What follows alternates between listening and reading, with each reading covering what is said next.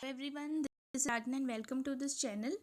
तो हम पढ़ रहे थे चाइल्ड डेवलपमेंट यानी कि बाल विकास, और इसमें मैंने आपको पढ़ाया था ग्रोथ और डेवलपमेंट, वृद्धि और विकास। और हमने जाना था कि वृद्धि और विकास में क्या अंतर होता है, और आज हम उसी टॉपिक को आगे बढ़ाएंगे। तो टॉपिक स्टार्ट करते हैं। मानव विकास की अवस्थाएं यानी कि जो ह्यूमन डेवलपमेंट होता है किन किन स्टेजेस में होता है वो हम आज पढ़ेंगे। और इन स्टेजेस का कि हमारे विकास में क्या भूमिका होती है या इन स्टेजेस में विकास कैसे होता है वो सब हम इसमें पढ़ेंगे। तो चलिए स्टार्ट करते हैं। शारीरिक विकास तो एक सीमा के बाद परिपक्वता प्राप्त करने के बाद रुक जाता है, किंतु मनोशारीरिक क्रियाओं में विकास निरंतर होता है। तो हमने कल भी पढ़ा था जो शारीरिक विकास है वो यानी कि जो ग्रोथ है हमारी वो एक सीमा के बाद रुक जाती है, लेकिन जो मनोशारीरिक क्रियाएं होती हैं यानी कि जैसे हमारा मानसिक विकास है, भाषाई विकास है, संवेगात्मक विकास है, सामाजिक विकास है, हमारा चारित्रिक विकास है, वो नहीं रुकता है, यानी कि वो होता रहता है, चलता रहता है। बच्चे में अच्छी आदतों का विकास होता रहता है, उसका सामाजिक क्षेत्र विस्तृत होता रहता है। ठीक है, इनका विकास विभिन्न आयु स्तरों में भिन्न भिन्न प्रकार से होता है। और ये जो मनोशारीरिक क्रियाएं हैं इनका विकास भिन्न भिन्न जो आयु स्तर है हमारे उसमें भिन्न भिन्न प्रकार से होता है, यानी कि भिन्न भिन्न गति से होता है कह सकते हैं हम। तो इन आयु स्तरों को हम मानव विकास की अवस्थाएं कहते हैं, और ये जो आयु स्तर हैं इन्हीं को हम मानव विकास की अवस्थाएं कहते हैं। भारतीय मनीषियों ने मानव विकास की अवस्थाओं को 7 अवस्थाओं में विभाजित किया है। हमारी जो संस्कृति है उसमें मानव विकास की अवस्थाएं कितनी बताई गई है? 7 बताई गई है। क्या क्या है वो? गर्भावस्था जो होती है गर्भाधान से जन्म तक। सेकंड है शैशवावस्था जो जन्म से 5 वर्ष की होती है। उसके बाद है बाल्यावस्था 5 वर्ष से 12 वर्ष तक। फिर है किशोरावस्था 12 वर्ष से 18 वर्ष तक या 19 वर्ष तक भी हम कहते हैं। युवावस्था आती है 18 वर्ष से 25 वर्ष तक। प्रौढ़ावस्था आती है 25 वर्ष से 55 वर्ष तक। और वृद्धावस्था आती है उसके बाद 55 वर्ष से मृत्यु तक। वर्तमान समय में अधिकतर विद्वान मानव विकास को निम्न 4 अवस्थाओं में विभाजित करते हैं। लेकिन वर्तमान समय में क्या होता है, हम जो पढ़ते हैं वो 4 स्टेजेस के बारे में पढ़ते हैं। जैसे शैशवावस्था है जो जन्म से लेकर 6 वर्ष तक की मानी जाती है, कभी कभी कहीं कहीं आपको ये 2 वर्ष तक की भी मिलेगी, लेकिन अधिकतर विद्वान इसको जन्म से 6 वर्ष तक का मानते हैं। उसके बाद बाल्यावस्था 6 से 12 वर्ष की। उसके बाद आता है किशोरावस्था 13 से 18 या फिर 19 वर्ष की अवस्था। उसके बाद आता है वयस्क अवस्था जो 18 वर्ष या 19 वर्ष से शुरू हो जाती है और उससे आगे को चलती रहती है।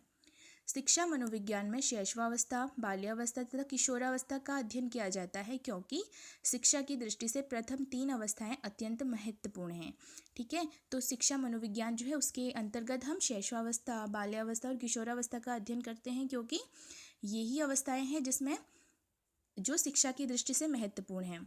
तो फर्स्ट हम पढ़ेंगे शैशवावस्था यानी कि इन्फेंसी जो जन्म से लेकर 6 वर्ष तक की होती है। शैशवावस्था के प्रथम 3 वर्षों में बच्चों का शारीरिक व मानसिक विकास तीव्र गति से होता है।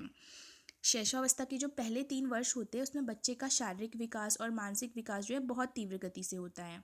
आप देखते हैं कि जब बच्चा पैदा होता है तो वो छोटा सा होता है, धीरे धीरे 1-2 महीने बाद क्या होता है उसकी धीरे धीरे हाइट बढ़ती है, उसका वेट बढ़ता है। और विद्वानों का मानना है कि जितना मानसिक विकास होना होता है उसका 90% तक शैशवावस्था में हो जाता है, यानी कि पहले जो 3 वर्ष हैं उसमें हो जाता है। इस अवस्था में बालक ज्ञानेंद्रियों के माध्यम से सीखता है, और इस अवस्था में बालक सीखता है अपनी ज्ञानेंद्रियों से, यानी कि सेंसेस आर टीचर। इस अवस्था में बालक में अनुकरण व दोहराने की तीव्र प्रवृत्ति पाई जाती है, और इस अवस्था में बच्चा क्या करता है, अपने बड़ों को देखता है, सुनता है, और जैसा वो करते हैं या जैसा वो बोलते हैं वैसा ही वो दोहराता है, वही करता है। ठीक है, अनुकरण करता है यानी कि उनका। और इस अवस्था में जिज्ञासा की तीव्र प्रवृत्ति बच्चों में पाई जाती है। जिज्ञासा मतलब बच्चा क्वेश्चन करता है, आपसे पूछते रहता है कि ऐसा क्यों हुआ, ऐसा क्यों है। ठीक है, यह अवस्था भाषा सीखने की सर्वोत्तम अवस्था मानी जाती है। और जो शैशवावस्था है इसमें बच्चा भाषा भी सीखता है। जैसे बच्चा पहले अक्षर बोलता है जैसे माँ, पा, लेकिन धीरे धीरे वो शब्द बनाना सीखता है, उसके शब्दकोश में वृद्धि होती है। इसी काल में बच्चों का सामाजिकरण भी प्रारंभ हो जाता है, और इस काल में बच्चे का सामाजिक विकास भी होना शुरू हो जाता है। पहले तो क्या होता है, बच्चे सिर्फ अपनी फैमिली वालों को जानते हैं, फैमिली मेम्बर्स को जानते हैं, अपने मम्मी को, अपने पापा को, अपने जो फैमिली मेम्बर्स होंगे उनको। लेकिन धीरे धीरे जब उसकी एज बढ़ती है तो अपने आस पड़ोस के बच्चों से मिलता है, उनके साथ खेलता है। तो इस प्रकार से उसका जो सामाजिक क्षेत्र है वो विस्तृत हो जाता है। शैशवावस्था के दौरान ही बालक की शारीरिक वृद्धि तीव्र गति से व अधिकतम होती है। और शैशवावस्था ऐसी अवस्था है जिसमें बच्चे का जो शारीरिक विकास है बहुत तेज़ी से होता है और अधिकतम होता है। बालक का भाषाई विकास इस अवस्था से शुरू हो जाता है, बच्चा बोलना सीखता है, उसके शब्दकोश में वृद्धि होती है। शैशवावस्था को समायोजन की अवस्था भी कहा जाता है। बच्चा क्या करता है, समायोजन करता है, इसमें अपने समाज से समायोजन करता है वो। उसके बाद है बाल्यावस्था, चाइल्डहुड, यानी कि जो 6 से 12 वर्ष की होती है। बाल्यावस्था को 2 उप अवस्थाओं में विभाजित किया जाता है। पहला है पूर्व बाल्यावस्था, अर्ली चाइल्डहुड, जो 6 से 9 वर्ष की है। उसके बाद है उत्तर बाल्यावस्था, जो 9 से 12 वर्ष की है। तो जो पूर्व बाल्यावस्था होती है उसमें बच्चे खेल खिलौनों में अत्यधिक समय बिताते हैं, जिस कारण पूर्व बाल्यावस्था को टॉय एज यानी कि खिलौनों की आयु भी कहा जाता है। इस एज में क्या करते हैं, जो 6 से 9 वर्ष की आयु होती है, बच्चे बस अपने टॉयज़ में बिजी रहते हैं। लड़कों को क्रिकेट खेलना है, उनको गाड़ी चाहिए होती है, लेकिन लड़कियों को क्या चाहिए होती है, डॉल्स चाहिए होती है, किचन सेट चाहिए होता है उनको। तो बस उनको किससे मतलब है, अपने खिलौनों से मतलब है, ठीक है। तो इस एज को टॉय एज भी कहा जाता है। अगला है पूर्व बाल्यावस्था में बालकों में आत्म केंद्रिता की भावना पाई जाती है, यानी कि सेल्फ सेंट्रिक, ईगो सेंट्रिक, ठीक है। आत्म केंद्रिता क्या हुआ, बच्चे को बस खुद से मतलब है और उसको उसको ऐसा लगता है कि सारी जो दुनिया है उसी के इर्द गिर्द है। अगर बच्चा आपसे रात के 10 बजे मैगी की डिमांड करता है और घर में मैगी है नहीं, तो आपको रात के 10 बजे भी उसके लिए मैगी बनानी पड़ेगी ही, नहीं तो बच्चा रोना बंद नहीं करेगा। इस अवस्था में बच्चों में चिंतन व तर्क शक्तियों का विकास हो जाता है, यानी कि इस एज में बच्चा सोचने लगता है और तर्क करने लगता है, ठीक है। हमने बताया था कि जिज्ञासा में वृद्धि होती है, बच्चे बच्चे जिज्ञासु होते हैं। तो आपसे एक बच्चे क्वेश्चन करेंगे, आप कुछ उत्तर देंगे, तो फिर उसके ऊपर से क्वेश्चन कि ऐसा क्यों हुआ, तो बच्चे तर्क करना शुरू कर देते हैं। शैशवावस्था में जहाँ बच्चे तीव्र गति से सीखते हैं, वहीं बाल्यावस्था में सीखने की गति थोड़ी सी मंद हो जाती है, परंतु सीखने का क्षेत्र विस्तृत हो जाता है। शैशवावस्था में बच्चे, हमने पढ़ा था, तीव्र गति से सीखते हैं, बहुत जल्दी जल्दी वो कैच करते हैं चीज़ों को। लेकिन बाल्यावस्था में क्या होता है, धीरे धीरे सीखते हैं, लेकिन उनका सीखने का क्षेत्र विस्तृत हो जाता है। पूर्व बाल्यावस्था को प्री स्कूल एज भी कहा जाता है, और जो पूर्व बाल्यावस्था है उसको हम प्री स्कूल एज भी कहा जाता है, यानी कि विद्यालय पूर्व की अवस्था भी हम इसको कहते हैं। उत्तर बाल्यावस्था यानी कि जो 9 से 12 वर्ष की आयु है, इसमें बालक अपने साथियों के साथ समय बिताता है, यानी जब वो स्कूल ज्वाइन कर लेते हैं बच्चे। अतः उत्तर बाल्यावस्था को गैंग एज भी कहा जाता है। जो उत्तर बाल्यावस्था में बच्चे जो होते हैं वो अपने साथी संगियों के साथ अधिक टाइम स्पेंड करते हैं, कि अपने दोस्तों के साथ, तो इस एज को हम गैंग एज भी कहते हैं। उत्तर बाल्यावस्था को उपद्रवी आयु यानी कि ट्रबलसम एज भी कहा जाता है, बच्चे बहुत शैतानियाँ करते हैं, कहना नहीं मानते, तो ये सब इस एज में होता है। उसके बाद है किशोरावस्था यानी कि एडोलेसेंस। हम विद्वान उन्होंने कहा कि adolescence is the stage of stress and storm, यानी कि जो किशोरावस्था है वो तनाव और तूफान की अवस्था है। क्योंकि इस एज में क्या होता है, बच्चे में बहुत से मानसिक परिवर्तन होते हैं, उसके संवेगों में परिवर्तन होता है, उसके व्यक्तित्व में परिवर्तन होता है, तो बहुत ज़्यादा उथल पुथल बच्चे के जीवन में होती है। तो इस एज को हम कहते हैं तनाव और तूफान का काल। यह वह अवस्था होती है जिसमें व्यक्ति बाल्यावस्था से परिपक्वता की ओर उन्मुख होता है, या परिपक्वता की ओर बच्चा बढ़ता है इसमें। तो इस एज में क्या होता है, बच्चा बाल्यावस्था से होता है ना, बच्चे पहले बचकानी हरकतें करते हैं, लेकिन धीरे धीरे क्या होता है, जैसे वो टीन एज में इंटर करता है तो बच्चा धीरे धीरे परिपक्वता की ओर जाता है, वो मैच्योर हो जाता है बच्चा। इस अवस्था में किशोरों की लंबाई एवं भार दोनों में वृद्धि होती है, साथ ही मांसपेशियों में भी वृद्धि होती है। और किशोरावस्था में बच्चों की हाइट बढ़ती है, उनके वेट में वृद्धि होती है, और साथ ही उनकी मांसपेशियों में भी वृद्धि होती है।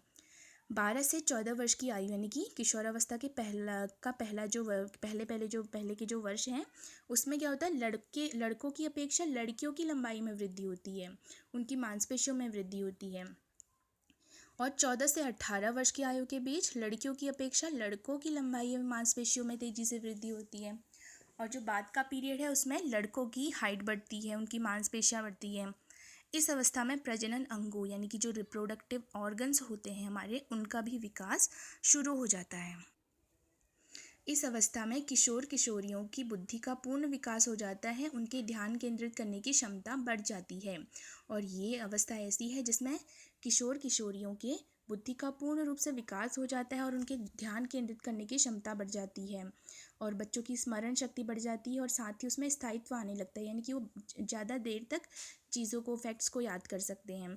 इस अवस्था में किशोर व किशोरियों को अनेक सामाजिक, जैविक यानी कि बायोलॉजिकल व व्यक्तिगत परिवर्तनों का सामना करना पड़ता है। और ये जो एज है, ये जो स्टेज है, इसमें बच्चे को बहुत सारी सामाजिक यानी कि सोशल इश्यूज़, जैविक यानी कि बायोलॉजिकल और व्यक्तिगत परिवर्तनों का सामना करना पड़ता है। उनके अंदर बहुत से हार्मोनल चेंज होते हैं, उनके दिमाग में विचारों का उथल पुथल होता है, तो वो सब उनको इनका सामना उनको करना पड़ता है। इस अवस्था में बालक बच्चे से वयस्क में परिवर्तित होता है और जो किशोरावस्था है उसमें कोई बालक बच्चे से वयस्क में परिवर्तित होता है, यानी कि एक समझदार व्यक्ति कह सकते हैं, उसमें परिवर्तित होता है।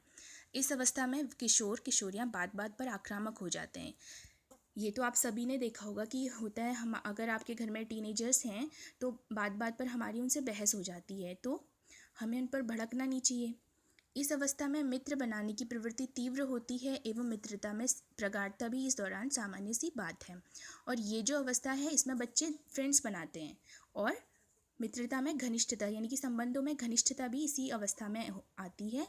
बालक के सामाजिक संबंधों का दायरा बढ़ता है और बच्चे का सामाजिक क्षेत्र विस्तृत होता है, क्योंकि बच्चे फ्रेंड्स बनाता है, आसपास के लोगों से मिलता है, तो इस प्रकार से उसका जो सामाजिक जीवन है, सामाजिक क्षेत्र है, सामाजिक विकास है, वो विस्तृत होता है। तो ये जो चाइल्ड डेवलपमेंट है, जो बाल विकास है, वो टीचर्स के लिए तो इम्पोर्टेंट है ही, लेकिन साथ में पेरेंट्स के लिए भी उतना ही इम्पोर्टेंट है, ताकि वो अपने बच्चों को समझ सकें, वो जान सके कि उनके बच्चों में जो जो चेंजेस हो रहे हैं वो क्यों हो रहे हैं।